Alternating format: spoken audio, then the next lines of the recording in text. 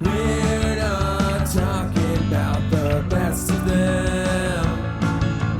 We're just talking about the rest of them. Not the worst parts, but the best parts. And the best parts we have. The best of the rest. Hello, and could I speak to the drug dealer of the house, please? Welcome to Best of the Rest, the show where we take a second look at movies that were poorly received upon release and challenge ourselves to only talk about the things we like and what the movie does well. It's Famous Flops Month, and this week we are talking the 1993 film Last Action Hero. My name is Chris Logan, and I am joined, as always, by my famous movie character co-host, Andrew Williams. You ready for this one, Andrew? Yeah, when you said Last Action Hero, like I heard that intro riff in my head when he walks across the cop cars. Like I just hear it. It's like associated with the movie. So cool.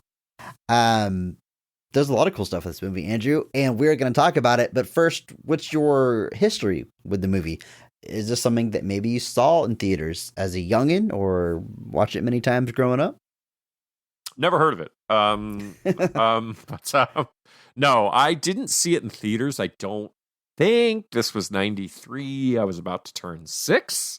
So I'm guessing this is not something that my family was quite lining me up to see, but I remember watching it extensively as a kid. Like my family had it. We had it either taped off TV or owned the VHS. I can't remember which, but it's definitely a staple of my childhood. There are sequences of this movie that a staple of my childhood and my adult life. Like there are things in this movie. I don't revisit it very often now, but there are sequences and lines and characters in this movie that are just in my head all the time. I can recall just so much of this movie. It's that kind of thing for me. So I was very excited to go back and kind of check it back out.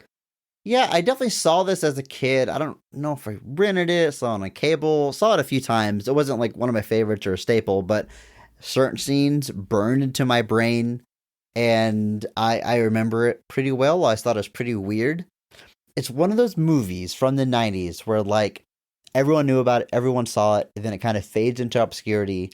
And then like when the internet comes around in the early 2000s gets big, you start to see like early YouTube videos pop up about it, and other people are like, hey, remember that movie Last Action Hero from the 90s? You're like, oh, I do remember that. I do remember the scene. It kind of holds that place for me where like I never like held it dearly personally, but being a 90s kid, like I just couldn't help be familiar with it. And certainly, as we're saying here, scenes burned into my brain. But this week we're revisiting the film, looking at everything that works, everything that we like about this movie. And when we do, we're going to be joined by a very special guest this week, Mr. Adal Rifai. It's going to be joining us here in studio. You might know him from the Hey Riddle Riddle podcast or Hello from the Magic Tavern. So stoked to talk to him later today. Hey Riddle Riddle in particular, one of my favorite podcasts, and it's going to be a blast. I can't wait. No, yeah, it's going to be super exciting. I know he's local here to the Chicago area where I'm from. I have friends that are huge fans of the stuff he does. And yeah, I'm excited to have him on for this momentous episode. Well, before we get to Adal and talk about this movie, let's set the stage a little bit for this film. Last Action Hero, released June 18th, 1993. Made on a budget of $85 million. Pretty big for the 90s. At the box office, it only brings in $137.3 million, covering that production, but not going into the black during its theatrical run. Critically, not very well received. It holds a 41% critic score on Rotten Tomatoes, which is a little bit below mixed. So I wouldn't say this movie was panned by any means, but not glowing reviews either. No, absolutely not. It's like you said, this is not. And even the audience score, it's not really gotten any kind of necessarily resurgence. There are those that think this movie was kind of ahead of its time, that maybe it was a little misunderstood when it came out.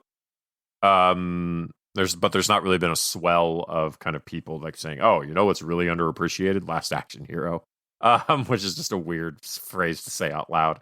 But yeah, it's a interesting it's interesting to look at that, because I think I know a lot of people who still view this movie very favorably as like a staple of their kind of childhoods. And it's interesting to kind of look and see kind of what the real time impact of it was. And also it just kind of speaks to that era, just of videotape and watching stuff later in different ways, because you just don't have that now. We've talked about that many times before. We don't have to we don't need to existential crisis again. Down that rabbit hole again. But yeah, I mean, I definitely agree. Let's take a look at the creative team of this film, Andrew. It's written by two credited writers here. One, Shane Black, and David Arnott. Now, David, real fast, interesting filmography and credits. A very occasional screenwriter, mostly an actor in some bit parts throughout, but has definitely is a frequent collaborator of Shane Black. And I think it's safe to say that this is the Shane Black script. And Shane Black, alum of the show, we talked about him before. We covered The Predator previously, and we finally probably found excuses to talk about his movies plenty of other times. Would go on to write and direct The Nice Guys and Kiss Kiss Bang Bang, two movies I know we both love dearly and talk about pretty often. But I want to look at his credits before Last Action Hero, leading up to it. Specifically, his very first two writing credits on Lethal Weapon and The Monster Squad. Because I think you put those two together and you kind of get a tone close to what we have here. Like, he's an action guy. He's got Lethal Weapon, and he stays with that franchise throughout a whole run.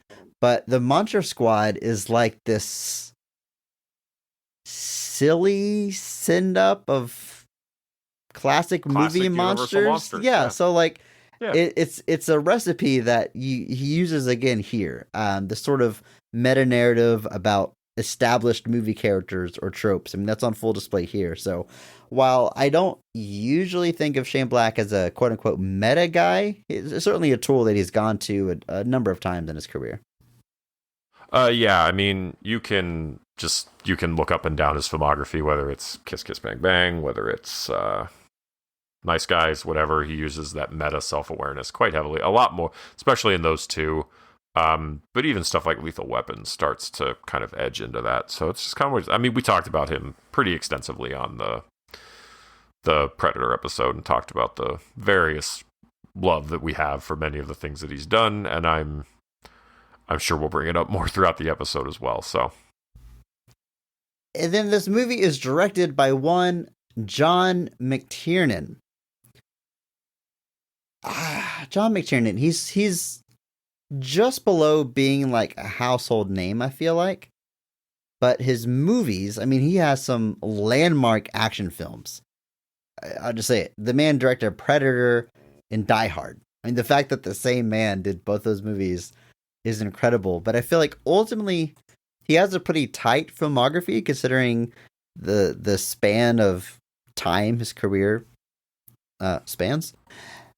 But it's I don't know. I feel like his name just never really like elevated to being like the guy. But again, his credits speak for themselves. I mean, the run of Predator followed by Die Hard followed by The Hunt for Red October is absolutely insane.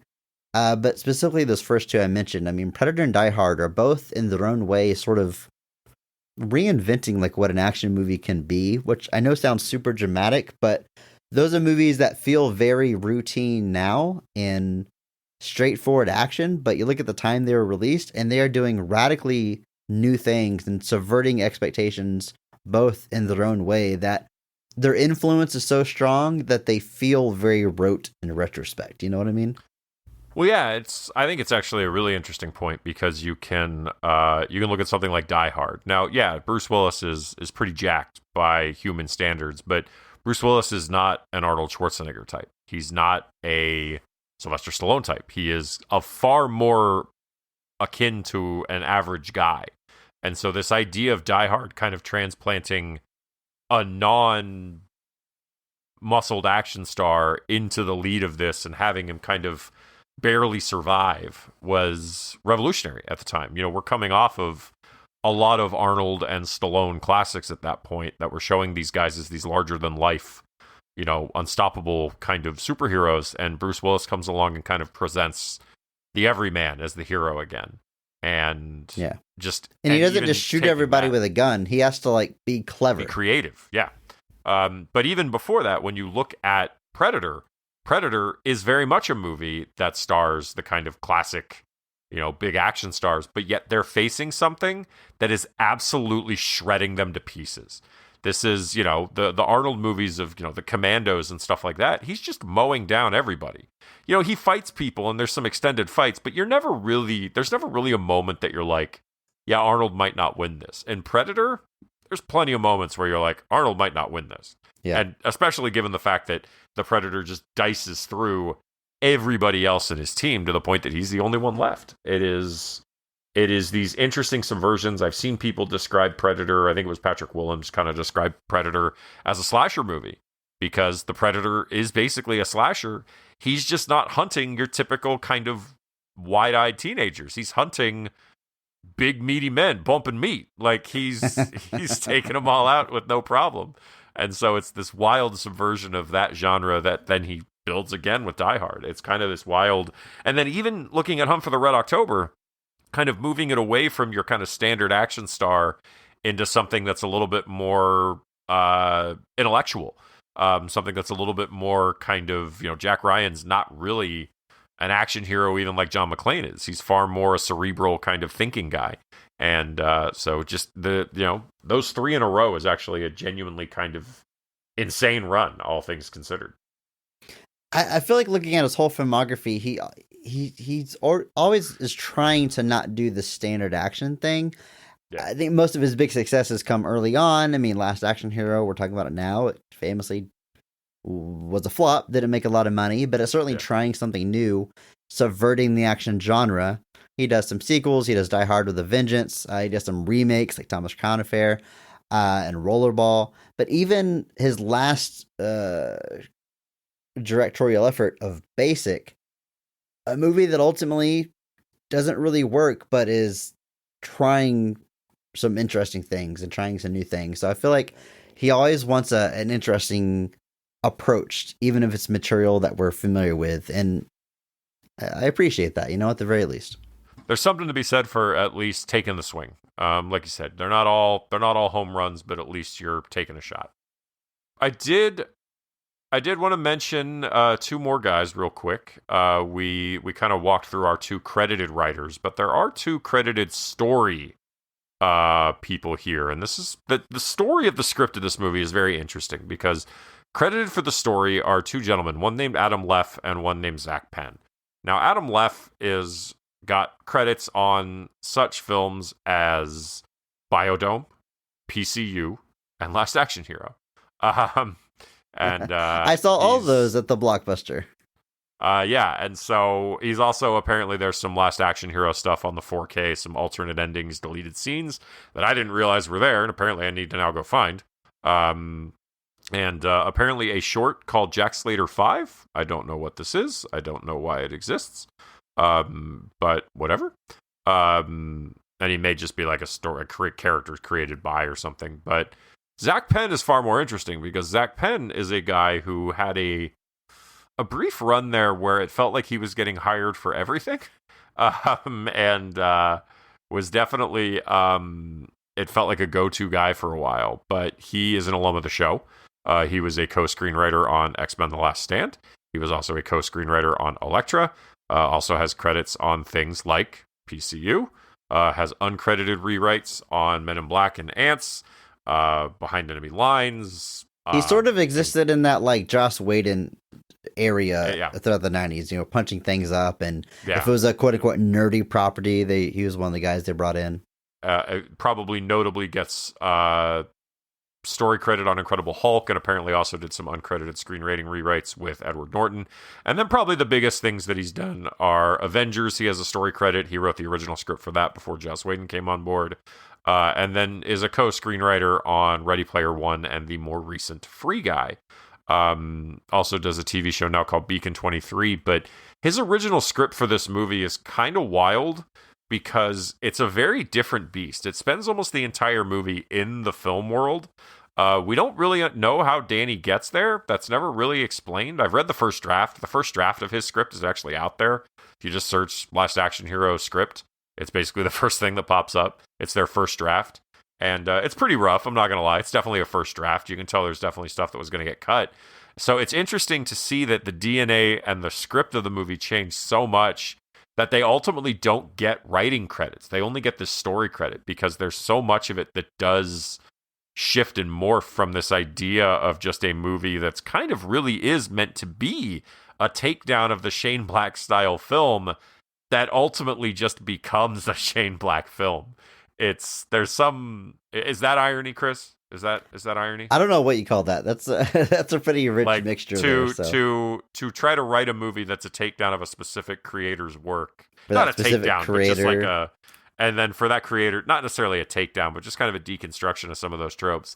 Then that creator itself comes in and actually gets final screenwriting credit. It's a wild thing. I guess it's technically ironic, but I really don't know the whole what you'd say there. But otherwise, I think it's just an interesting path. So if you do love this movie, I would actually definitely recommend you check out that script. I think it's a very interesting exercise in just seeing, because it's the first draft. So you genuinely see what this concept originated as, and then you can compare that to what the final on-screen movie is, and that's pretty cool.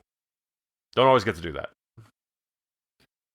Well, Andrew, I think it's time that we just jump into this movie, let our guest come into the studio and break down everything we like about Last Action Hero. You ready to do this? Yeah.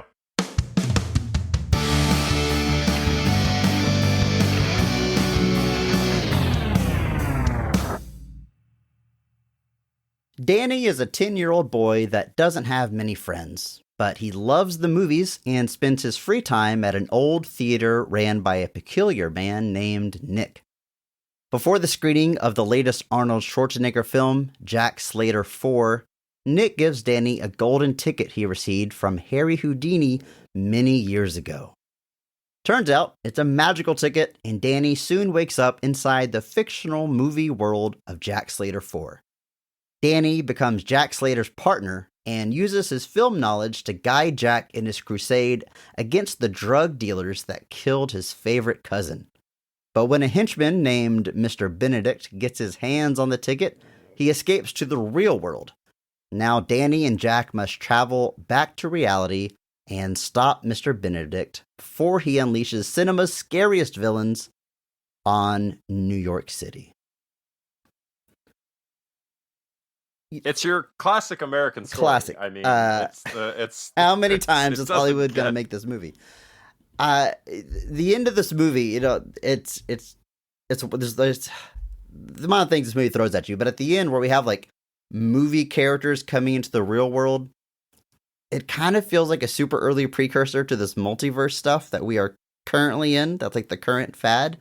I'm not saying Last Action Hero started it, but I'm not saying that either. I'm going to allow it. Thank you. Very gracious. We're going to jump into this movie, everything we like about it, all of the positives. But first, Andrew, we do have to acknowledge that we do have someone here with us in the studio today, Mr. Adal Rifai. Thank you so much. Hey. Thank you so much for joining us. Yes, thank you. Yeah, thanks for having me.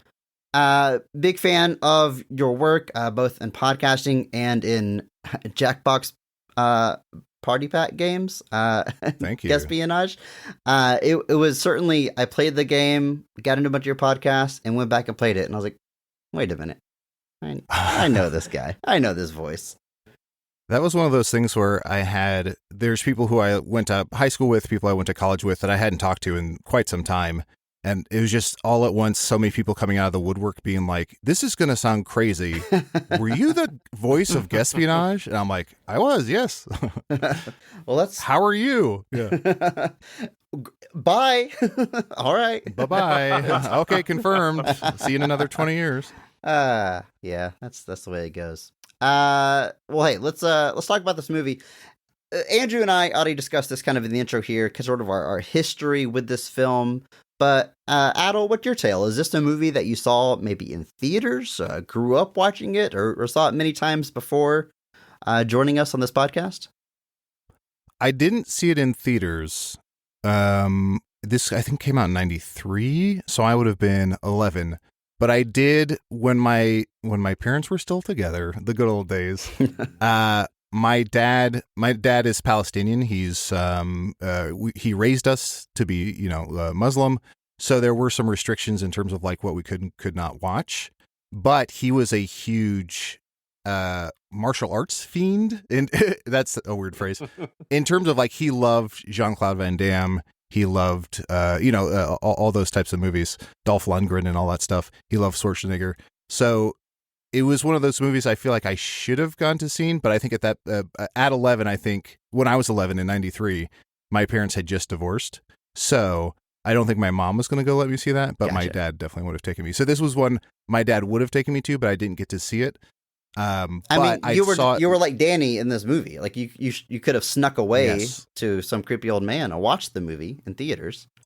At the age of 11, all my best friends were 85-year-old entrepreneurs, various business owners. A very Back to the Future situation, right? Where a young high schooler just whisks himself off to a mad scientist's cabin every day after school.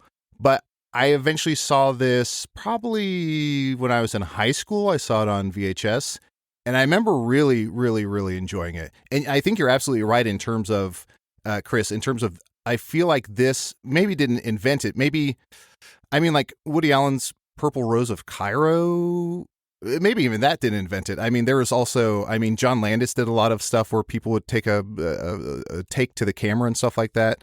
But Purple Rose of Cairo, you literally have Jeff Daniels coming out of the movie screen and living in the world. And I think it did, you're absolutely right, give rise to especially stuff, if not the Marvel Cinematic Universe, especially gave rise to stuff like Ready Player One, where it's like, let's take all these properties and IPs and characters and just build a sandbox for everything to play. Because in this movie, you have characters from a lot of other different movies, and you have tropes, and you have all these little Easter eggs that all kind of tie into an inside winking movie knowledge, like the 555 bit, where it's like every number starts with 555.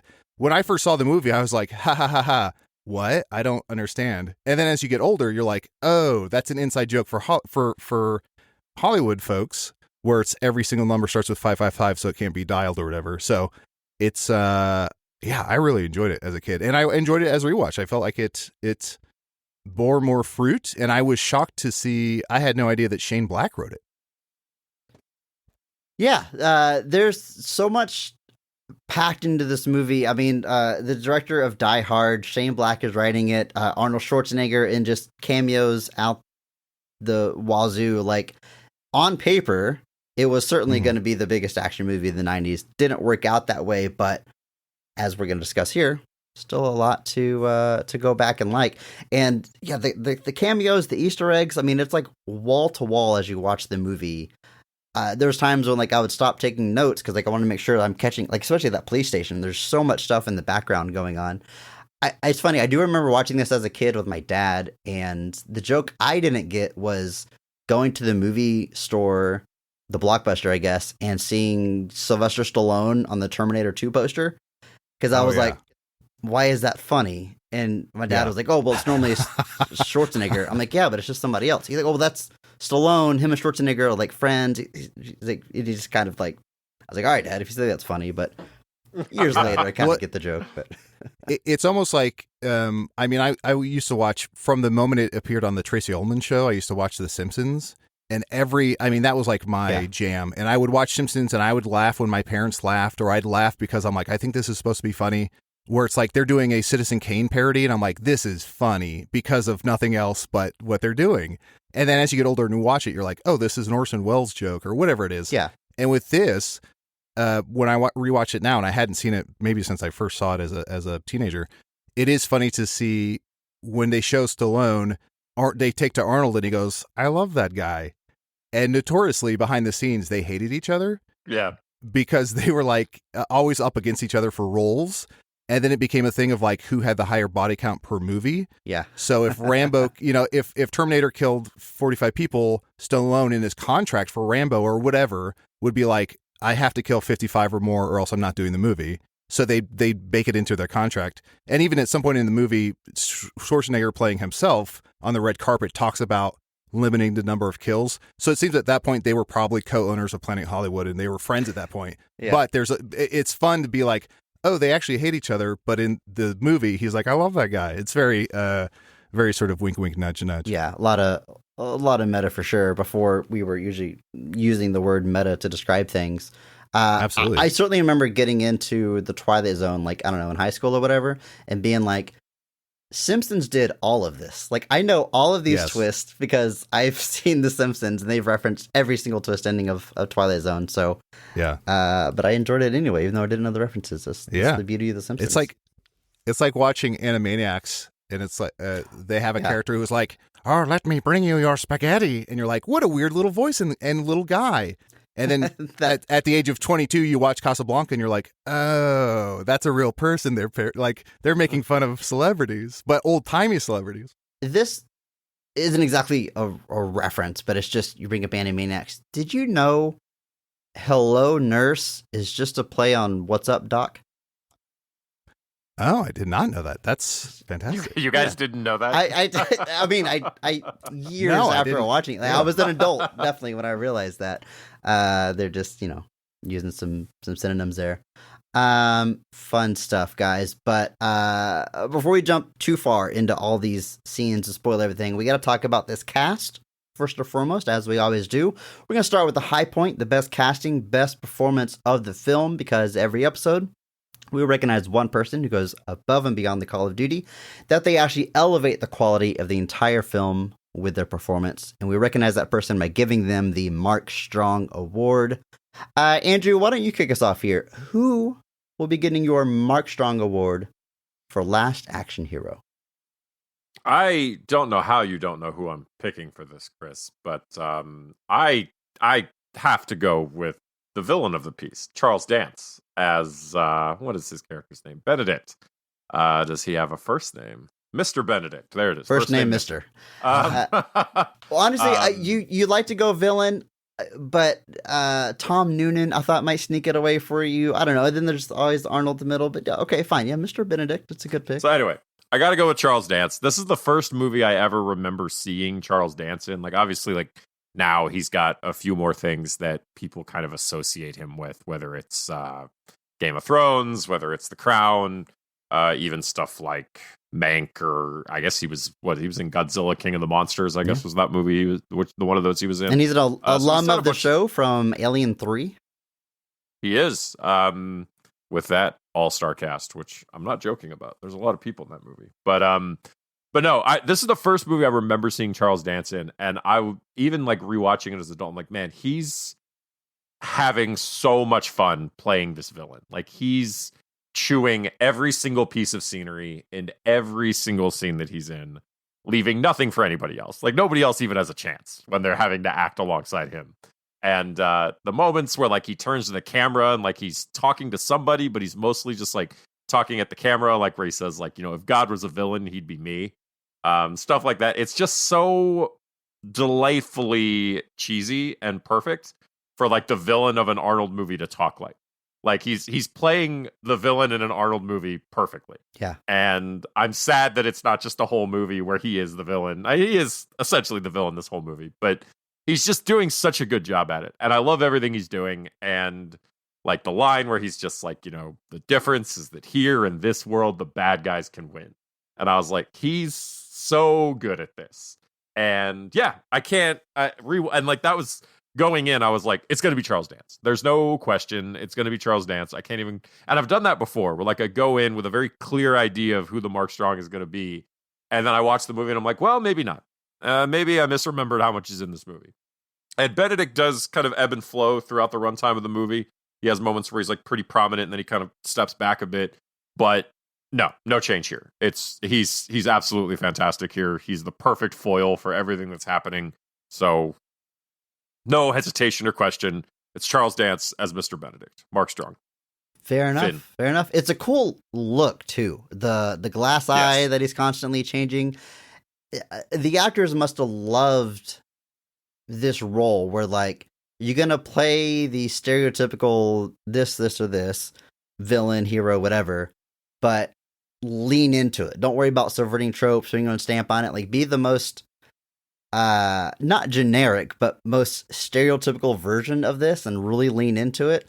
It looks like they're all having a blast, and maybe Charles Dance most of all. I agree. Chewing the scenery. He is technically like the right-hand man to another villain for most of this movie, but like from the beginning, you feel like he's the most interesting villain that and we're you know dealing what's with. coming. You know what's coming. Like there's another guy that's in charge, quote unquote, but you know where it's going, and eventually it does. And yeah, he's just fantastic. The lines he says, the way he delivers it, he's just perfect. He's doing exactly what this movie asks, and then he's crushing it and knocking it out of the park. I gotta be honest, that was also my selection. I feel like this movie has so many. This movie vibrates at the same frequency as like Hot Shots Part 2. Yes. Police Academy, not Police Academy, Naked Gun. And I feel like similar to Naked Gun, where they hired Leslie Nielsen to be like, we want someone, let's get like a Shakespearean actor, like a legit dramatic actor to be in this slapstick comedy, because he'll ground the sort of center of it. I feel like Charles Dance does that for this movie, where he doesn't know he's in a tongue-in-cheek role. He is playing it as serious as can be. He's playing it to win an Oscar. He's dead serious. Even when he has moments, there's a very funny moment where he calls his like Doberman pinchers, perhaps. He calls like this cavalcade of canines, 8 dogs, perhaps. He calls them and he gives a whistle, and then everybody turns and they're doing like a cheerleading pyramid. And he says the phrase several canine recta. He rolls the R on recta, which I learned through this movie. I learned that recta is the plural of rectum. I didn't know it had a plural. I should know that as playing a badger with 2 buttholes on one of my projects. But it was so fun to see him just really push for like good acting, and like I don't care that this is this type of movie. I am going to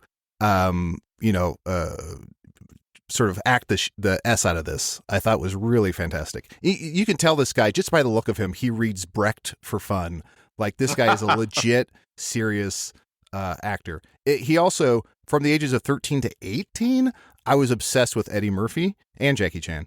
But The Golden Child is one of my favorite movies. Yeah. And he's the villain. He's Numsa, the villain in Golden Child. And again, another stellar performance where Eddie Murphy couldn't be more casual and confident. Charles Dance's Numsa in Golden Child is just like so sinister and menacing and just does not care about his Murphy's bravado. It's just he's so good at what he does. I read somewhere that this role was supposed to be for Alan Rickman. They wanted Alan Rickman for the role, but they couldn't afford him. And then they were looking at Tim Curry, and then eventually settled on Charles Dance. And I feel like that was he really made the most out of that. Alan Rickman that's so weird. Makes a lot of sense. Tim Curry, I mean, I love Tim Curry in anything, but I feel like he's almost too, I don't know, it would have been more campy. It would have been way more, like he would have been way goofy about it. Special shout outs, honorable mentions, honorable. I almost said honorable mentions. That's an Arnold Schwarzenegger honorable mention. Honorable mention. Honorable mentions for Charles Noonan as the Ripper. He has one of my favorite moments where when he's in the real world and he goes on the red carpet and they go, the actors, they're like, the actor's name, Charles Noonan, what are you doing here? And he's like, you might go kill someone. It's just such a perfect delivery. Like one of the best line reads I've ever seen. I thought it was fantastic. And then another honorable mention for Danny DeVito voicing a little animated cat detective. Just really delightful to be like, oh, his twins co-star Danny DeVito is voicing a cartoon. Whiskers, thank you. Whiskers. Yeah. I thought it was where he clearly was. Oh, please. It's just a great use of Danny DeVito. Like his voice is so recognizable. He's an animated cat. You get the twins connection. I thought it was just perfect. Like it's one thing to have like Robert Patrick like walk by as a T-1000. That's fun. Yeah. But I thought this was such a fun way to incorporate Danny. And he keeps showing up. The first time he shows up, he says a line. I'm like, was that Danny DeVito? And then he shows up like 3 more times. Like he continually, shows up more than you'd expect. But yeah, it's a great stunt casting there. I'd also say if you, gun to my head, before 2 days ago, if you said, is Ian McKellen in Last Action Hero, I'd be like 100% not. Right. And I'm right. And now, and now I walk away. I could not believe my eyes when he, I was like, what? Great casting though. His voice is so amazing casting, but the fact that it boggles the mind to see that Ian McKellen starred alongside Arnold Schwarzenegger. It just boggles the mind. Great makeup on him as well, because Andrew, what did we watch with Ian McKellen? The Shadow from about this time. That was 92, 94. Where it was so weird seeing a young Ian McKellen. I'm so used to like post X-Men, you know. And this is from that time period, but they put makeup on him to not make him look old, but make him like death, cover up his hair, and he looks just like 2010 Ian McKellen. They did such a good job predicting what this man would look like once he does age that it was scarily accurate in a way they couldn't have known at the time. But also great casting. Tom Noonan. I do want to say that was Tom Noonan. Oh, Tom Newman. It's Charles Dance, Tom Noonan. Bad guys chewing the scenery. Yes.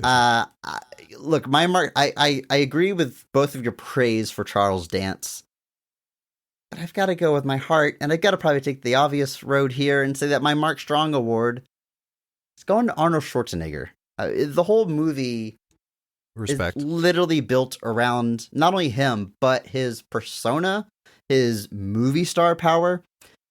You need to cast this person as Jack Slater as someone that you look at and immediately, oh yeah, that's an action star. And that's Arnold Schwarzenegger. Like, of course, by this time he was a very well-known action star, but he just has that body, that look, that angular face where like you immediately know this is just a massive, massive action movie star.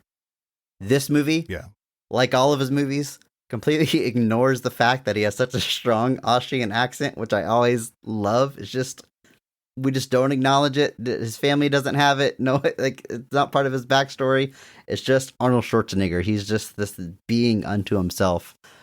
I think it has fun lampooning his character, his persona, his movie star, especially the scenes at the red carpet where he's actually Arnold and he's talking about Planet Hollywood, and Maria's have to like keep reeling him back because he's embarrassing by how much he goes on about this dumb stuff that he talks about.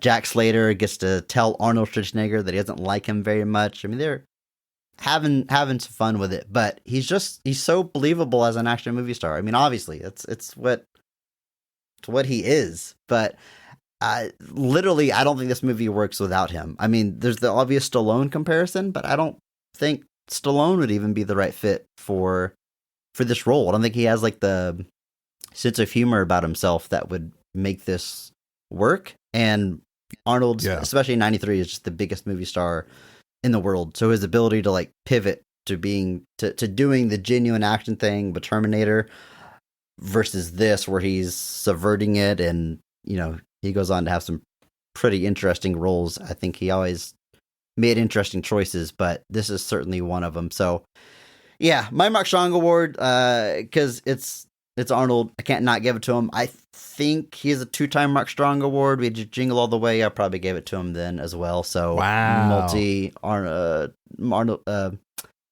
Schwarzenegger award winner? No, Mark Strong award winner. Arnold Schwarzenegger.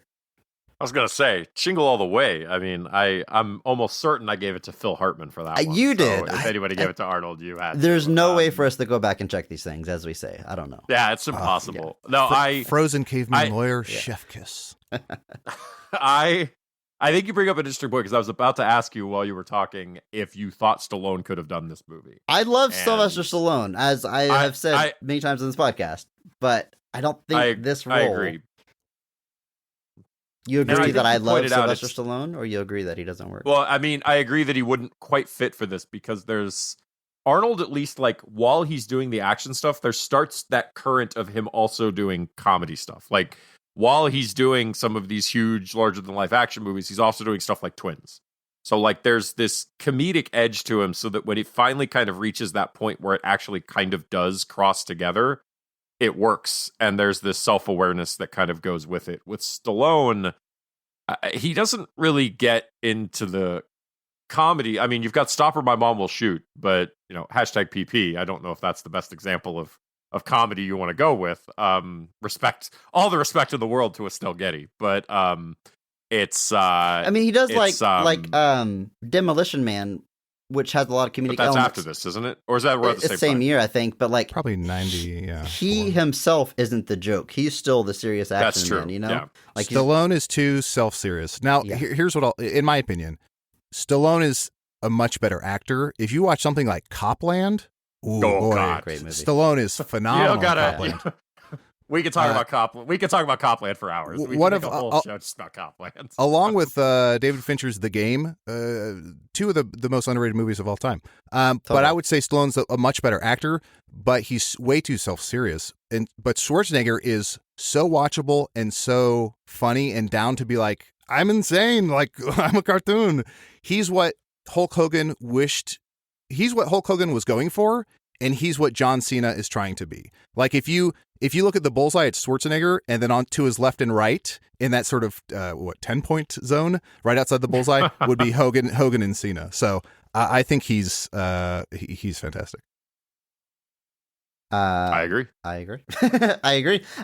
You almost have like a Pokemon No notes. evolution lining those three men up next to each other. Yes. Yeah, that's I love the man, Mark Strong Award winner. But not to be outshined, there's other people in this cast like Austin O'Brien as Danny Madigan. He's the 10-year-old boy at the center of this movie, sort of the audience surrogate as he goes into this movie world and he knows all the tropes and is Jack Slater's guide through the movie world and through the real world. Look, we're a positivity podcast. Hashtag PP. If there's anything that's not working for this movie, it's the fact that this character is constantly saying out loud the jokes that I think are funny.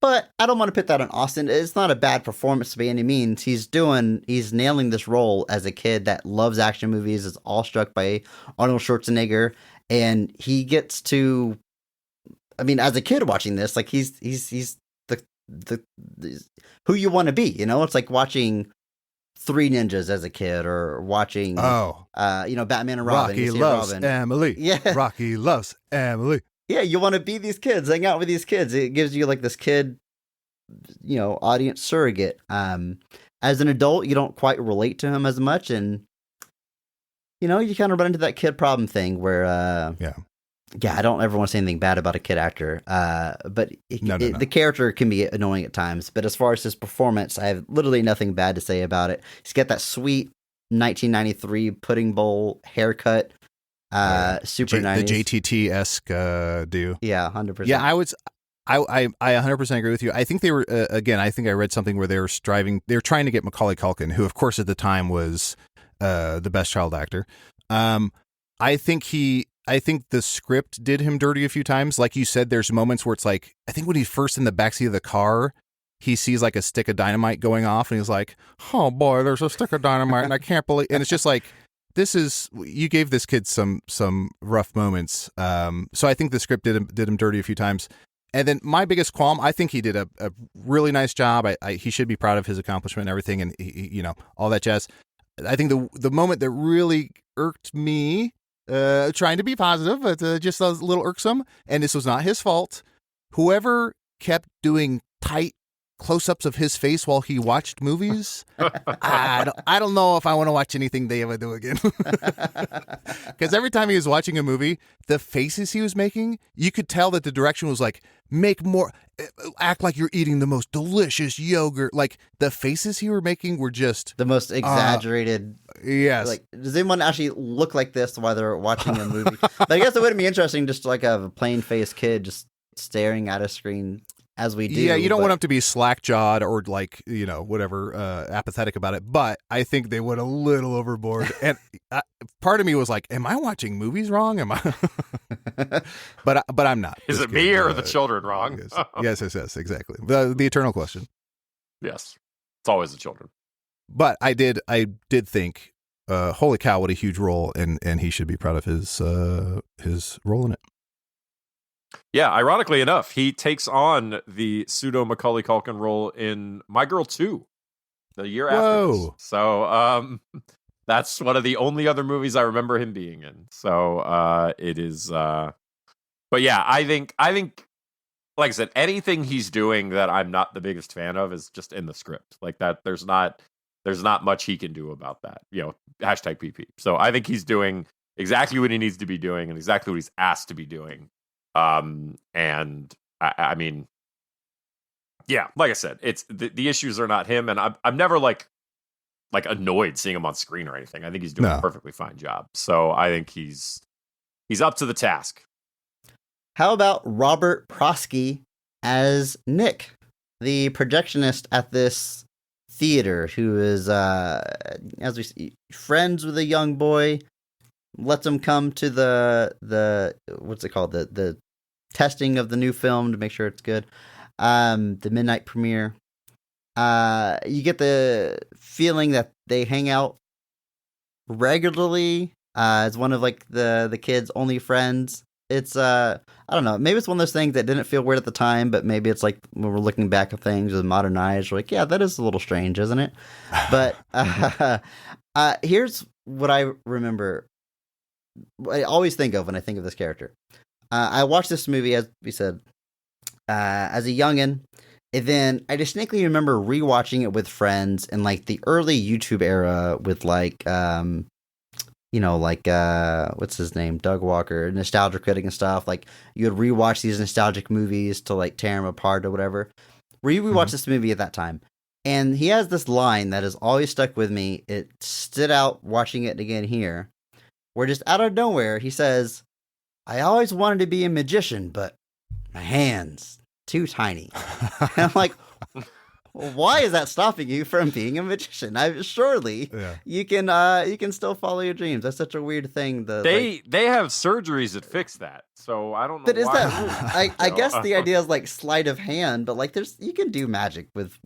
I mean, small one hands. would say tinier hands allow you to be more prestidigitacious, do more prestidigitation. So I don't know. You're more nimble with your tiny hands than if you have big old catcher's mitts.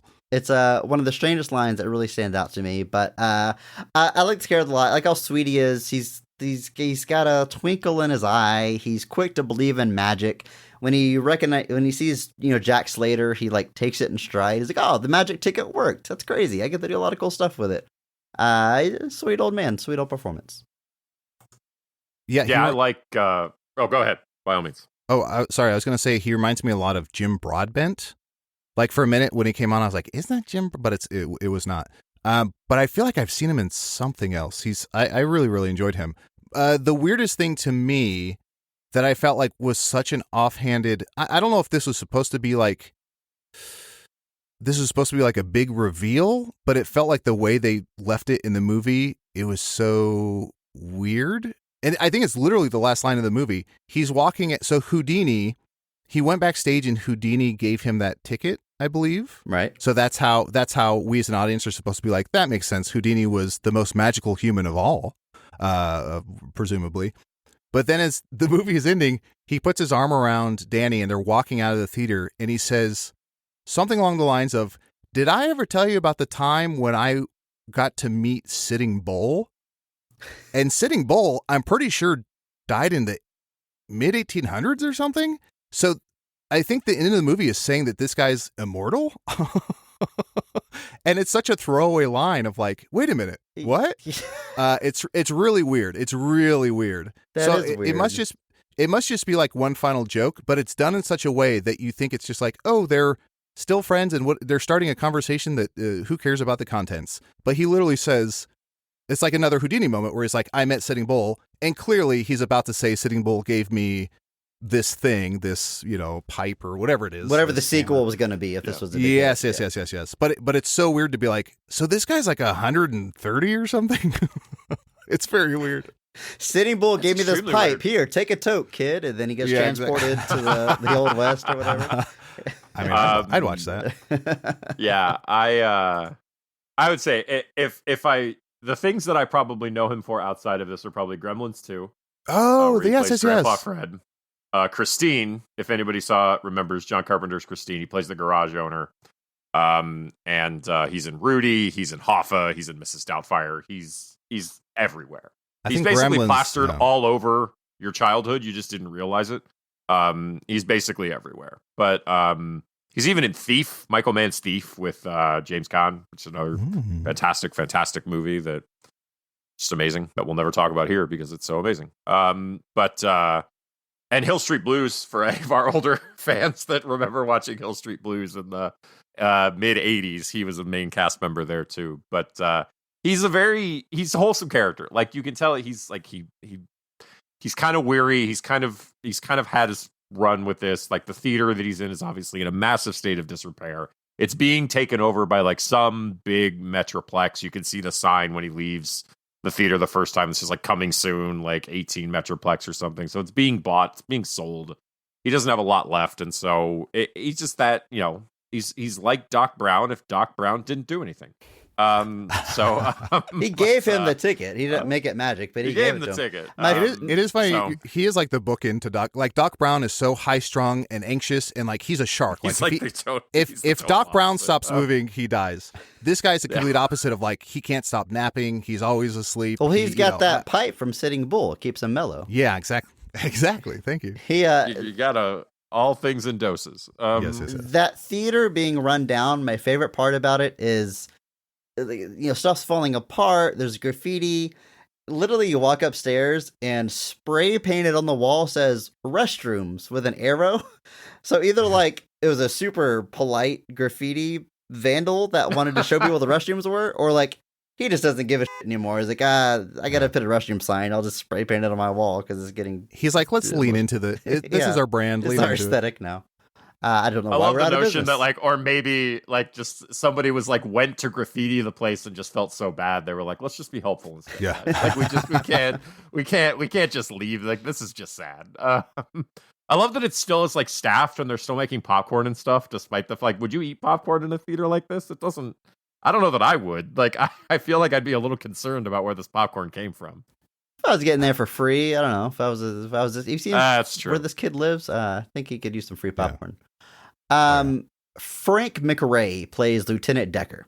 He is Jack Slater's superior, and he is always screaming. And his glasses shatter, and he asks for Slater's badge at one point. It's literally all the tropes of the police chief that can't keep their loose cannon cop under control. They lose their job. He at some originates. Like Frank McRae plays this exact character in 48 Hours, basically. Like he's doing this exact same thing. So he's It's literally really on the parodying nose himself. casting. Like it's extremely on the nose. That's why they. And he's also in Loaded Weapon 1 the same year this comes out, where he's doing the exact same thing. Loaded Weapon 1? Yes, it's It's a a National parody of, Lampoon's Oh, okay. Die Hard. I and literally thought Lethal like you Weapon. just had a stroke and forgot Lethal Weapon. I was so excited to call you out on it, but nope, eggs on my face. It was starring Emilio Estevez and Samuel L. Jackson. It's very funny, actually. Yeah, and so Frank McRae played this character like 3 times in 10 years. He So, has. it's- Emilio Estevez is in Loaded Weapon, a Lethal Weapon parody, and like Yeah, he played Charlie Riggs, Sheen is in basically. Hot Shots. They're doing the same Yep. thing at Yeah. the same time. That's pretty funny.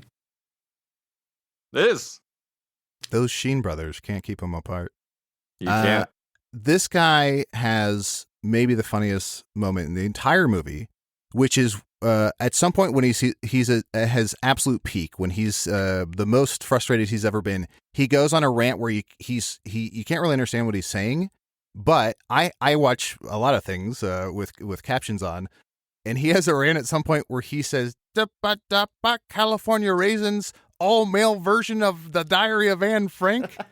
And I rewound it 5 times because I couldn't stop laughing at it. And I'm like, I don't know if that was in the script for him to say all male version of the Diary of Anne Frank, or if he improvised that. But I could not stop laughing. It is incredible choice. There was also, anytime they were in the police station, which is where we see some of the characters from other movies, there's a bit that's so effing funny that they don't really. Sometimes they cut it off, or sometimes other people speak over it. So I had to keep rewinding to try and catch a lot of it. But there's a desk where that's basically somebody's job to connect to cops to sort of create partners in the movie universe. And the first one is, I wrote them down here. The first one, somebody's name is like oil something, and the other one is like water something. So it's oil and water. So it's like high water and, slip oil or something. So it's literally oil and water. The next one is a rabbi and a German guy. Oh no. So it's just all these pairings of like, oh, these are going to be, these are each other's foils. Like these partners won't get along. So it was really delightful to have that just running in the background as like this casual, brilliant,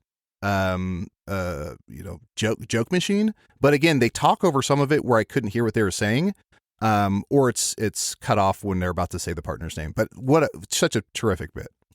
The tone of this movie is incredible because it's like, for most of it, it's like 2 degrees shy of like Naked Gun. It's not quite full lampoon, but every now and then they, like with his glass shattering or steam coming out of his ears, like every now and then they lean into that, but always pull it back a little bit, because like the stuff that is quote unquote the actual Jack Slater movie, whether Jack Slater 3 or Jack Slater 4, the actual scenes we see, like they need to play like they could be a believable, straightforward action movie. But at other times they kind of lean in and out of that tone. It's pretty impressive how they're able to kind of keep this thing together. Yeah. I mean, that part, like I said, when Charles Dance makes the dogs form a cheerleading pyramid, you're like, this is what? Like, this is so what's bonkers. Happening? What is going on? Yeah, but they have a few moments where you're like, oh, they're very much going for like a Hot Shots moment, but then they pull it back a little bit, rein it in. And I just want to shout out alum of the show, Bridget Wilson, as Whitney Slater, Jack Slater's Veronica daughter. Vaughn. Miss Veronica Vaughn. So hot. Won a nice piece of Ace, as we all know. And alum of the show from her work in Mortal Kombat as Sonya Blade. So, yes, I think this is her first movie role. So it obviously launches a little string of hits there that we all fondly remember from our childhood for one reason or another. But it's funny because this is her first movie role. Oh yeah, for one reason or another. Oh yeah. This is her first movie role, but it's almost like she's already parodying her status as like a sex symbol of the 90s by like, oh, of course Jack Slater has this super hot daughter is kind of the joke. Mrs. Pete Sampras, right? I don't know. What is that? Yes. Pete Sampras is a famous tennis player. Oh, I thought that was like a character she played. I don't know. Tennis player? Okay, sure. Yeah. All right. Good for her. Good for him. Honestly, now I want to play a character called Mrs. Pete Sampras. There's certainly some other parts that we can shout out as we get to them, but I think it's time we can go ahead and jump into the actual scenes of this film. And as we do, we're going to start by talking about our absolute favorite scene of the movie, the best scene of the movie. Andrew, kick us off again here. In your opinion, when is this movie firing on all cylinders? What's the best scene of Last Action Hero? Well, I gushed over Charles Dance, and so I've got to go with the final showdown between Benedict and Jack Slater on the roof in the rain on top of this movie theater that the premiere of this movie is happening. It's just such a classic. Like, I mean, they even show it, like, early when you're watching the end of Jack Slater 3, that's, it's Jack Slater and the Ripper on the roof. And so we have that kind of they redo it here, and Jack obviously doesn't fall for the same tricks. He makes sure that he takes him out. And then obviously that gives way to Benedict kind of waiting in the wings and kind of revealing his master plan as kind of like a classic James Bond type villain. He thinks he's unbeatable, and then he makes the one mistake, and like Arnold gets up and is like, aha. So like Arnold thinks he's got him.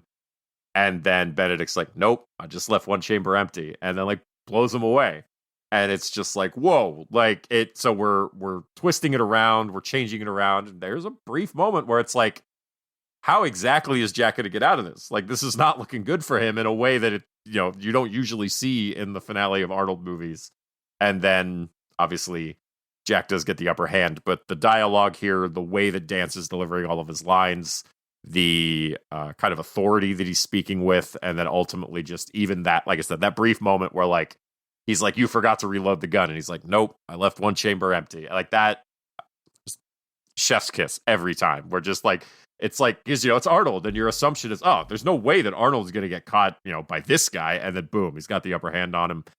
And it's so good. So I'm going with that scene in particular. I think that's really cool. And then obviously this gives way to our Ian McKellen appearance. Where, man, could you imagine anything more terrifying than watching the seventh seal and death coming out of the screen? No. That would be horrifying. Like, I would be like, so this is the end, right? Like, we're all done here? Okay. All right, fine. All right. There's a funny moment during that scene where, maybe unintentionally funny, I'm not quite sure, but where Benedict is giving his final little speech, and he's like, I can grab anybody from the movies. We can have a sleepover with Freddy Krueger. We can have soup with The Exorcist, whatever it is. So it's this laundry list of movie villains. But then he goes into like some real people. Adolf Hitler. He says like, we can have brunch with Hitler, and I'm like, whoa, wait a minute. Like, so most famous villain of all. Yeah, I'm like, here's he really the caught up on history pretty quick. Would the ticket work on a documentary? If I guess you could go see Triumph of the Will playing in no theaters anywhere. But like he pulls the Ripper, he's got like the reel of the film sitting next to him. So like I don't understand how this works. Like I really don't understand the rules of this at all. But yeah, it's like weird. It's like you could go into a documentary about somebody and pull them out, and then you'd have how I don't know. Could he like take a picture of himself and like pull a clone of himself out of the picture? I mean, well, that's not a movie. Oh, that's not a movie. Take a video of himself. If you really. This is 93, man. They have video cameras. They have movies. I guess. You're arguing with the logic of this movie. Yeah. I do like the chamber bit. He left one empty because you've been watching this 2-hour movie about action movie tropes. So in the finale, you're like, all right, well, it's going to end in this classic action movie thing. But nope, he just wanted you to think it was a classic movie trope. It's like, Mr. Benedict is so smart. He's so quick to kind of get it, kind of realize the difference between the movie world and the real world. Like that great scene where he like kills that guy and the cops don't show up. Like, oh man, he figures it out real fast. I just shot somebody and I did it on purpose. Hey, shut up down there. Maybe some, very much so, some overt commentary on our world where he sees some people kill somebody for their shoes and he's like, kill someone for their shoes? And it's like, okay, I get it. Nobody's showing up when somebody gets murdered. Okay, we're worse than the movies that made us like this. Okay, we get it. This movie has such an awful New York City. Like, I'm no New York City historian. I know at some point, people call it like the murder capital of the country or whatever. But I feel like it's been cleaned up for a while now. I don't know the status of it in 1993.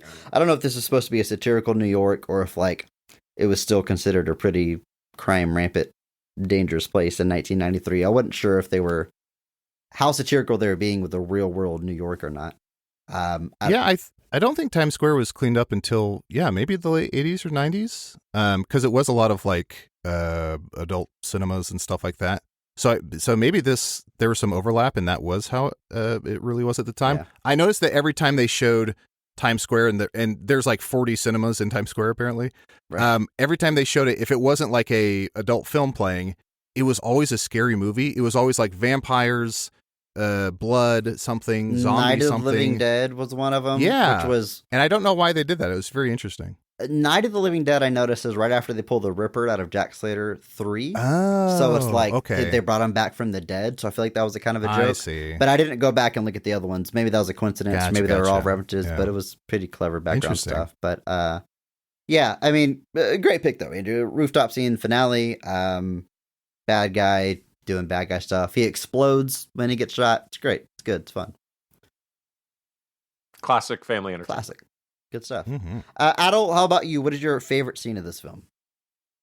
Well, first, let me give my honorable mention, which is going to be just a quick little moment, a little dance we have where what's the guy's name? It's not Mozart. That's a running fun bit, but it's Mo who? another. F. Murray Abraham. It's not F. Murray Abraham. It's maybe Vivaldi or something. I can't remember. Maybe it's the Vivaldi guy. Anyway, I can't remember who it is, but it's someone where he's fighting them. He gives them a punch and he goes, "This is from my daughter," and he punches them really hard. And then he goes, that's Benedict. He's doing that with Benedict. Oh, it is Benedict. He goes, "This is for what you did to my daughter," and he punches him as hard as he can. And he goes, "And this is what you did to my ex-wife's house." And he gives him he gives him the gentlest slap on the hand, and then he said, "And this is for whatever else." And I'm like, that is such a great scene. Like, it's so legit funny. It's just really well done. To sort of oscillate between action and comedy, because you get when it's going full action, you get caught up in the momentum of it, and then to have a moment like that, you're like, that is great, that's funny, it cuts the tension. But my number one scene, which basically does what I just described to a masterful level, is the entire scene inside the ex-wife's house where the daughter is residing. The whole bit where I can't help but call her Veronica Vaughn. The whole bit where Veronica Vaughn is taken into her bedroom and is like getting, sort of tuned up by somebody. And she, all of a sudden, you find out that she knows how to defend herself, and she's absolutely rocking this dude, but she's screaming the whole time so that nobody comes in to like stop what she's doing, is so funny. And so much like the I left one chamber empty, there's such an originality to that. And this is something where it's like, if you watch, I think Scream came out in 95 or 96. Scream does something very similar where it's like, oh, the killer will always do this. The killer, here's how killers work in horror films. And then they add in their own, Craven adds in his own original moments. I feel like this movie maybe started that or at least, beat them by 2 or 3 years. So I just love that whole scene. When Arnold, there's a guy maybe passed out, or I don't know if he's dead, on like a lazy boy. And Arnold takes an electrical cord and jams it into his arm, which can like causes his muscles to twitch, firing his gun and killing someone. Just a phenomenal. Definitely how anatomy works. I don't know why you're just how laughing that at that, Adal. That's just how bodies work. I don't know. I'm so sorry. When I'm impressed by anatomy, I laugh. And then even just the scene, it's pretty simplistic, but even the scene where Arnold gets shot in the chest by a shotgun. And the slide, like that, the shot of him getting hit, flying backwards and sliding across the kitchen floor, presumably dead, is just a phenomenal shot. It's like the Terminator getting hit with like a missile or something. Like it's just the force. But there's so many good scenes, so much good action and comedy happening in that set piece. And after he gets shot and slides across the floor, this is a hilarious moment to me that I couldn't tell was intentional or not. He stands up and he's like, "Yeah, I had a bulletproof vest on," and just with one swipe, just reaches under his shirt and pulls out an entire vest that's normally like strapped around your body, but he just slides it out of his shirt like it's nothing. Like it's like Molly Ringwald taking off her bra in Breakfast Club or something. Yeah, just one swift motion. So I also good. like the guy who's just like, I'm gonna overkill. I'm just gonna shoot the wall 10 times with my automatic shotgun. He misses Arnold, and Arnold, when he comes around the corner, kills him and says like, don't quit your day job. It's just so funny of like, yeah, this guy's like a stormtrooper. He's a terrible shot. Just really good time. The genius of this writing, of the concept of the movie, is that there's room for like really clever subversion of tropes like we're talking about here. But also, if you write something really obvious, like in the same scene, they walk in and Arnold's like, "Oh yeah, those are mocked bills. They burn a different color or whatever." Yeah. Just for no reason, he points out that there's counterfeit bills sitting on the dresser. And then 10 minutes later, it gets used in a plot. The kid is like, "Oh yeah, take that money." And then they burn it. And it's like, well, how convenient that 1, those counterfeit bills were there. 2, they just explained it on screen and then they use it. But they're in an action movie. Like that's the point.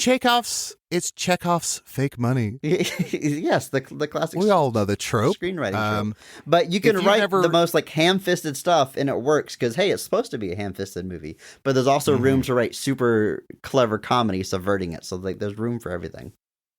If listeners have never seen The Nice Guys, also written by Shane Black, to me, it's one of the better movies of the last 25 years. 100%.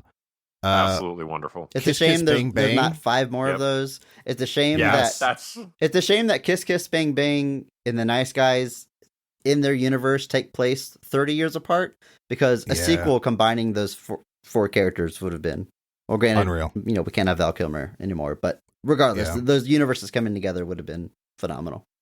Yeah, Kiss Kiss Bang Bang has a few elements that don't necessarily stand the test of time if you kick the tires, but overall, phenomenal script, like so witty. Same thing of like combining humor and action, like Shane Black does, like nobody else. He also, I didn't realize he wrote Monster Party, or not Monster Squad. Monster Squad. Yeah, I had no idea he wrote that. It's such a that guy is one of the best we got. Just a reminder to everybody: Nice Guys, Kiss Kiss Bang Bang, both absolutely fantastic. Yeah, stellar. I remember when The Nice Guys came out, and like you said, I'm sad there's not 17 of those. And like even those, like in the Kiss Kiss Bang Bang, you've got like the kind of meta fourth wall narration that you can kind of see getting a little bit like, you know, taking it to the next logical step of like Robert Downey Jr. narrating the story and getting things wrong and having to go back and correct himself because he's not getting it. So there's all sorts of fun little tropes that Shane Black just keeps working with as he goes on. And that whole concept of like, this script started off very different. And, you know, we talked about that a little bit earlier, but like Shane Black comes in and makes it very Shane Black. And I know you can tell that definitely some of these tropes are coming from him. Yeah. Well, fellas, from my favorite scene, I kind of want to cheat a little bit and say it's basically any time we get to watch a fictional movie. That's kind of an oxymoron. But you know what I mean? The movie within a movie for an extended period of time. If I want to get real specific here, I'm going to say the Hamlet trailer is my favorite scene of this movie. Because it's so cool. Like they put the use of like color for like the weapons or the scarf or whatever it is. The concept, the idea of modern Arnold Schwarzenegger playing in Hamlet, but playing it straight. It's so funny. He's got a cigar. Like, part of me says, like, oh man, I wish that was a 90-minute movie. The other part of me knows the joke would wear thin and it's probably perfect as the trailer, but they go so hard on. I want it. I want it so bad. Give it to me. Give it to me. Like, for one, it's a funny concept. For two, like, that's genuinely such a badass, cool trailer, especially in '93, for them to pull off this almost like Sin City look that they do. And I believe this is the exact fake movie that is referenced in Jurassic Park 3, which we covered on this podcast. And they crash into a Blockbuster, and there's a big poster for Arnold Schwarzenegger's Hamlet, which is a fun little Easter egg to this movie that came out years ago. But yeah, I'll talk about the other ones too. But like, it's anytime we get to watch the fake movie in the universe. But this trailer for Hamlet, just the fact that they go so hard on this joke, it's my favorite. I wish we had more of it. So well done. Apparently there were some cuts. I guess there was like 3 more minutes of that trailer or fake dream or whatever it was that they had to cut. So I'd be curious if that exists somewhere on like a extended Blu-ray or something like that. That's right. I was thinking of it as a movie trailer, but you're right. So he falls asleep in class and he imagined Arnold Schwarzenegger, and it's more of what it's like. So I wish my dreams had that kind of visual effects. This kid really has. Yeah, he should be a cinematographer. He's got an eye for vivid imagination. Yeah, he's seen so many movies. It's funny during that scene, as it was going on, I was like, it's so weird to me. And I don't know if this is, if I'm alone in this. I'm like, it's so weird to me that they have an older British woman teaching a class in New York. I'm like, this just seems weird. And then I found out she's showing Laurence Olivier's Hamlet, the movie from, I don't know, 60s, whenever it was. And that actress is Laurence Olivier's ex-wife, in terms of like, I guess his widow. Oh, that's well, she was also ex-wife, but that's his widow. And I was like, oh, what a phenomenal little Easter egg. And she's like, if you don't know him from this, you might also know him from the Polaroid commercials or from Clash of the Titans or whatever it was. Zeus and Clash of the Titans, yeah. But I'm like, what a great little job that they really filled out this movie with like bit casting, stunt casting, and little Easter eggs, and it's just really well done. I will say, during the premiere, when they show Jim Belushi and Little Richard, I was like, how many favors did they call in here? Well, I was like, hashtag PP. How many people did they call before they had to reach out to Jim Belushi and Little Richard? Man, in 93, though, we were all about Jim Belushi and Little Richard. You don't remember that? I mean, I don't know if Little Richard's been relevant, since 57, but it was just... Andrew, what year did Casper come out? 95, 96? Little Richard has an original song, and he appears as a ghost in the end credits of that movie. So Little Richard in the 90s had like a little mini resurgence. Okay. Apologies. Also, Chevy Chase doesn't have a single line, but he gets slammed into by somebody. Which is the perfect use of Chevy Chase. The greatest metaphor for Chevy Chase. It's like, let's have Chevy Chase replicate his SNL days where he just take a huge pratfall, but now he's like 60. He was actually like wasted and just stumbled on set. Like, we'll use it. Oh, probably. Yeah, That's on par for him. I do love that Hamlet trailer just because it was actually, it was, first off, like as a kid, I've never, I hadn't watched Hamlet or read Hamlet yet or watched it. And so when it started off with like something is rotten in the state of Denmark, I was like, oh man, that's awesome. And then I realized that's actually a line in Hamlet that is spoken at least once. Somebody actually says within the text, something is rotten in the state of Denmark. And I was like, but is Hamlet taking out the trash? And they don't say that, unfortunately. So the dream lived and then died very quickly. Yeah. If only he would have said Rosencrantz and Guildenstern are dead. But then, I guess that was Tom Stoppard and not Shakespeare. But yeah, unfortunately. Yeah. There is a good to be or not to be, and then he blows up the castle and he goes, not to be. Man. So good. Dude, I genuinely have no problem with you just saying that Hamlet scene is your favorite scene in this movie. Thank you for allowing so it. Good. It's so much fun. It's a blast. I wish they would have found ways to incorporate a few more of those throughout the movie, but I mean, the movie's long enough as it is, I guess, but I love that a lot. And I will target that one specific scene as my favorite, but I want to recognize all of them because like we see a good chunk of Jack Slater 3. Everything about this is perfect. From the introduction of Jack Slater walking across cop cars and you just see his boots. As one-liners, he says, if you go in there with your badge, and he tosses his badge behind him, like, it's simultaneously, like, I would watch this movie, and this is a hilarious sort of self-aware send-up of it. Like, it works on both levels 100%. You've got your big bad that has this distinct look, that's Tom Noonan with his weird prosthetics, and Tom Noonan is kind of a weird-looking guy. I assume he has prosthetics on. Yes, he does. You actually see him in the movie, and he's still kind of weird. Perfectly normal. I don't know about perfectly There's normal. also That's a stretch, Andrew. But yeah, there's also a great slight pun, which is it's Jack. I almost said Jack Reacher. Jack, what's his name? Slater. It's Jack Slater, and his villain in this is the Ripper. Like that's a great little pun of Jack and the Ripper. Like Jack the Ripper, London time. Yeah. That is fun. Hey, Adal, that's fun. I didn't catch that. That's good. And this extended scene of Jack Slater 3 is simultaneously just fun to watch and setting up a pivotal part towards the end of this movie. Like it's still serving a narrative purpose. The film, the camera, the projector loses focus, so we don't see what happens at the end. We find out later that his son dies, and then of course our Danny in this movie becomes a that's messed up. Son. Like, what's messed up about it is we like miss an action movie. We missed like 20 seconds of the movie, and then whenever it's back in focus, the credits are rolling. So literally, that movie ends with like, "Oh no, my son dies." Credits. There's credits. That's like the finale.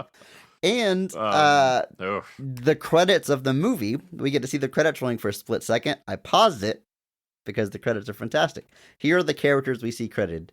Scumbag 1, Scumbag 2, Scumbag 3, Scumbag 4. It goes all the way to 9. Scumbag 1 through 9. Scumbag Leader. Man with Breasts. That's a character. Keith Farley as himself. And then SWAT Cop 1, SWAT Cop 2, SWAT Cop 3, all the way up to 6. And then the very last credit, like it's on there for a fraction of a second. I had to pause multiple times to get it. Blind Surgeon. Awesome. Beautiful. It's such a small joke, but like these are the dumb things you would see in an action movie. I love that so much, a little detail. They do jokes like that during the opening credits of Jack Slater 4 too, because like Franco Columbu is listed as the director of Jack Slater 4, and he was like another bodybuilder back during the Arnold's early days. So they pepper that sort of stuff in all over with just having fun with all the credits. And there was a guy paying attention to details here that didn't get paid enough. I can tell you that. Like all the detail they put into all that, too good. Yeah, the movie's really packed. Jack Slater 4. We get to see some of the scenes. Go ahead, Chris. You sure, Andrew? You first. Yes, you first.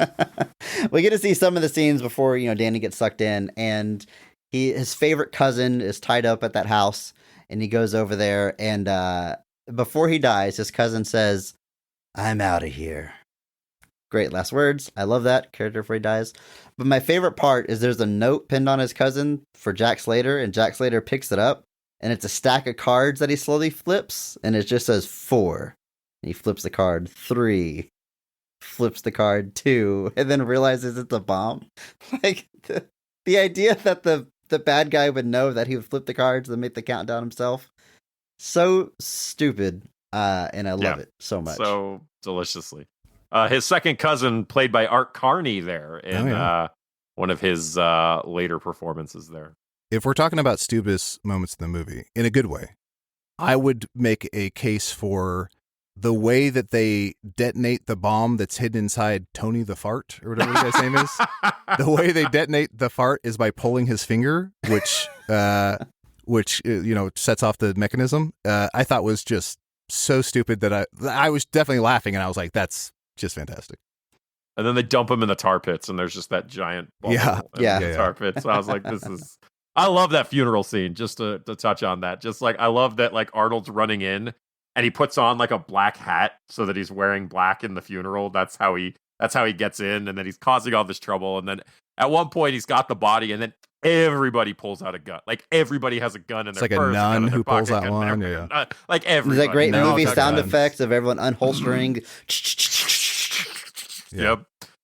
Just fantastic. And then obviously just that whole, he starts saying the most ridiculous stuff like, "Look, an elephant." And then everybody actually looks like there's an elephant on this roof somewhere. And him and then, running up to the roof. He's running up a long staircase, and the music is going as he hits the stairs. And literally it cuts away to a different scene, and it cuts back for his last few steps, and it starts again as he gets to the top. Like, beautiful, stupid scoring. Like Looney Tunes, the van running upstairs. That whole sequence. And then obviously you get the big it's a big climatic action sequence, and it's really fun. This is also where I'll shout out F. Murray Abraham as John Practice. Obviously he was Salieri and Amadeus, which Danny makes more than one joke about, which of course Jack has no idea what that means. But he's always another great bit where Murray Abraham is behind Schwarzenegger, and he goes, "How do you get to Carnegie Hall?" And he goes, "Practice, my old friend, Detective Practice." And I'm like, that's one of the better introductions of all time. There's a scene that was when Danny takes him to the Blockbuster to try to convince him they're in a movie. They walk out. He goes, "See, this is a movie." And Arnold goes, "No, this is California." How is that not like his campaign? Like that should have, you cut that out. That's his entire platform. And he was running for office. It's like, this ain't a movie anymore. This is California.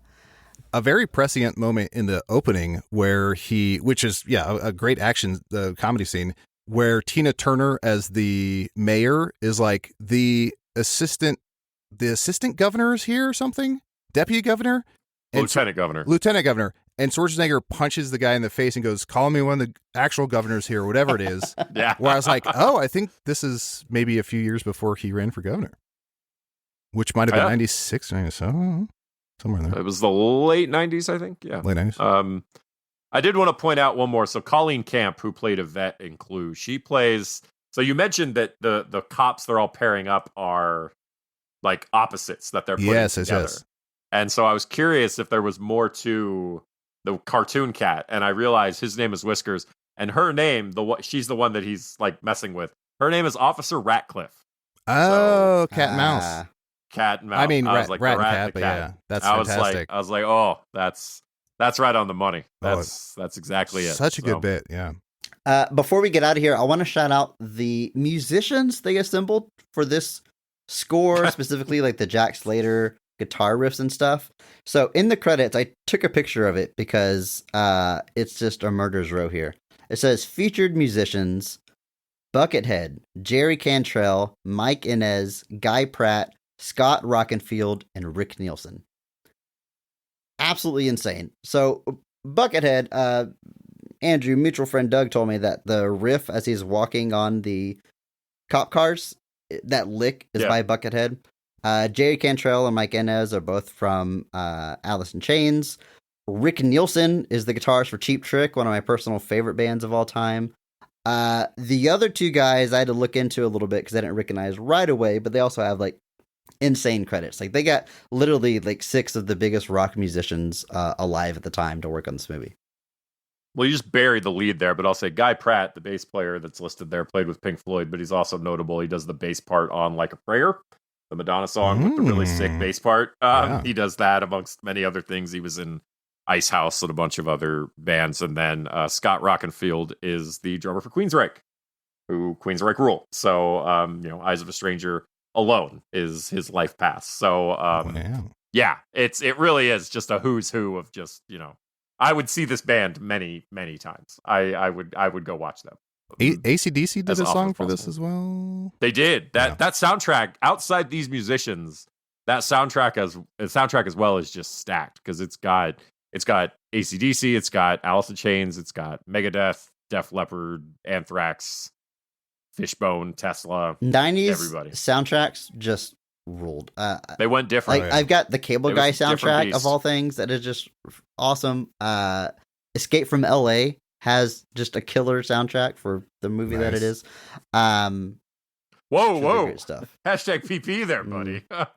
We'll cover it on this podcast one day, I'm sure. Sounds like John Carpenter month is coming. Adal, any last thoughts on this movie you want to get out? Just really delightful. I think this movie, I think it flopped. I don't think it did well, and I feel like it's usually panned or it's brought up as a bit. I think it was all the dumb humor and everything. That's what it was going for. Shane Black is a genius.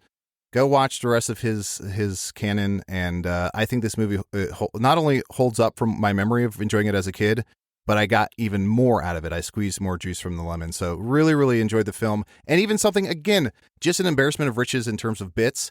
Every time my favorite, Charles Dance, puts in a different eyeball, like that's his thing, is he has different eyeballs. Every time he puts in an eyeball, it usually, I think maybe, or always pertains to the plot.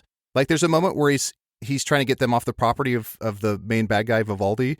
And he's like, have a nice day. And he pulls on his glasses and it's a smiley face, which of course is associated with Have a Nice Day from the 70s. And when there's a moment where he turns on Vivaldi, his boss, he like double crosses him and he pulls on his glasses. He's wearing a snake eye. So it's just, I mean, it's chock-a-block full of things that, if you saw the movie 10 times, you'd probably catch new things each time. So I at least watch it once if you've never seen it. I really enjoyed it for if you go in being like, this is, meant to be goofy and silly and fun, along with those other, like I said, hot shots and everything, you're going to have a good time. It really is just, I agree, super dense. Like even if it doesn't overall work for you, there's so many things to dig into and find that it definitely rewards like a keen eye or having movie knowledge to even get the Easter eggs and references. 100% agree with that. And Adal, really, I can't thank you enough for being on with us. Yes, thank you. Hey, Riddle, legitimately one of my all-time favorite podcasts. I listen to it. Oh, thank you. All the time. I have the classic story of I genuinely like riddles, and I just searched. There's probably podcasts out there that are about riddles. I found Hey, Riddle, and it's about riddles, but it kind of hooks you in with the other stuff as well. Like I literally listened from day one, and I was like, these riddles are horrible, but this is really fun, and I kept listening. I'm still listening to this day. So I hope that's a good plug for your show. Trust me, it's very good. But I, like I said, legitimately one of my favorites. So I'm so thankful that you joined us today. But by all means, if people want to hear more of your voice, please plug away. Tell them where they can hear you. Yeah, I'd say check out Hey Riddle Riddle. You can check out, we also have a Patreon. If you listen to some episodes and you enjoy it, we have a Patreon, which is maybe where my favorite content lives that we've ever done. It's a lot more out there and weird and improv focused. Also, you can check out, just premiering recently, is season 5 of Hello from the Magic Tavern, which is a improvised fantasy podcast I do with some friends. It's been going for 9.5 years, but we just started season 5, and we have guests Sam Reich from Game Changer, and Taryn Killam, and a bunch of cool folks are on this season. So we're very excited for that. And then I have one other project, which is a podcast called The Word Association, which is me and 2 of my best friends in the world, Rob White and Brett Lyons. And we each bring in a word every week, just like in improv shows we used to do. And we try and create a conversation and bits and running gags and everything based off of just a one-word suggestion that we each bring in. Awesome. There's links to all of that in the show notes. So be sure to check it out. Click, follow, listen, hit up Adal. And yeah, Adal, thanks again. We'll let you get out of here. Thanks for having me. Watch The Nice Guys and Kiss Kiss Bang Bang. I agree.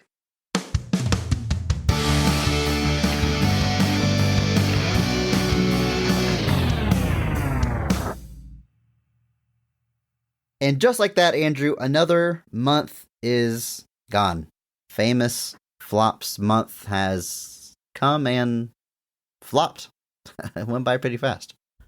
It did. It was really fun though, revisiting some of these and kind of finding the good in some of these, and hitting back on some things that I know I'd seen before, and revisiting and seeing how I still felt about them. So yeah, it was a really good time. Yeah, definitely a super fun month, and I'm also very excited for our next month of movies coming up in April.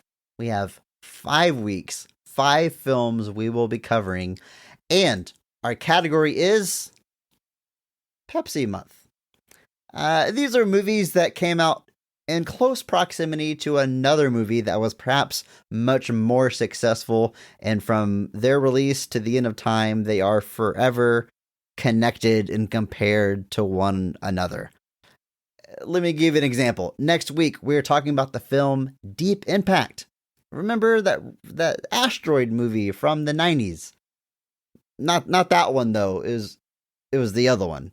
We're talking about that next week, and continuing that theme all month long. I not to toot our horns here, Andrew, but I think this is a pretty fun, pretty clever little month we have coming up. So you know who has to get credit for this though? Your mother? Yes, it is my mom. I will agree very much that I think this is a really fun idea. It's a really, thinking, kind of looking back to some of these, because it has happened and it still happens. I mean, this is something where, we've just talked, there's a whole Wikipedia page dedicated to twin films, where, 2 movies came out close together, and you'll probably feel like we did about some of them, where there's a little bit of a Johann level stretch in some of those, but, to do a deep callback to our early days. But, it's a fun idea, and it was my mom that actually suggested it. I forget what we were watching, or if something came up, and she was like, that she basically said that would be a really fun theme to look at all these kind of ideas, and I think she called it deja vu. I also like the idea of calling it Pepsi Month. So yes, thanks, Mom. You don't listen, but thanks, Mom. Dad, tell Mom thanks. Thank you, Mama Wayne. Let's do a transcript of this podcast and then mail it to your mom, snail mail. She can open it and read. Thank you. Get to the last page real quick. Yeah, it's fantastic. And if you want to weigh in on the movies that we will be covering, if you want to see a sneak preview of the full lineup, hop into our Discord. There's a link right there in the show notes. If you haven't joined us already, please do. You can leave some positive thoughts on the movies for us to read on the episode, and you can just hang out with our fun community and talk about all kinds of nerdy stuff. Why aren't you there already, join us. And of course, one more thank you to our guest this week, Mr. Adal Rifai. So stoked that he came and joined us over here. Had a ton of fun. Be sure you check out all of his podcasts. Again, they're in the show notes. I know you never click on show notes, but come on, make an exception. Now, today is the day that you should click on show notes for the podcast you're listening to. There's a lot of cool stuff in there. I'll wait. Go ahead. Go ahead. Guys, I want to go home. Please hurry. Please do it. If you're driving, Guys, I've been here for years. pull over the car. Be safe. We'll wait. We'll be here. You know what? Maybe I'll read. I'll read. For the love of God, I'll read some closing credits while you're doing it. I know you're doing it. Thank you so much. And until next week, until Pepsi month, until Deep Impact, just remember, maybe not every movie is great, but all movies have greatness. Thank you to Mark Benavides for singing our theme song. You can check him out on Instagram at NotThatMarkAnthony. And thanks to Mitch for the music. You can follow him on Twitter at I'm a Biggie Boy and check our show notes for the SoundCloud link. Check out our store on TeePublic for some Best of the Rest merch. And if you enjoyed this episode, please share it with a friend. That is the only way that we grow. And follow us on social media at BOTRcast. Thank you.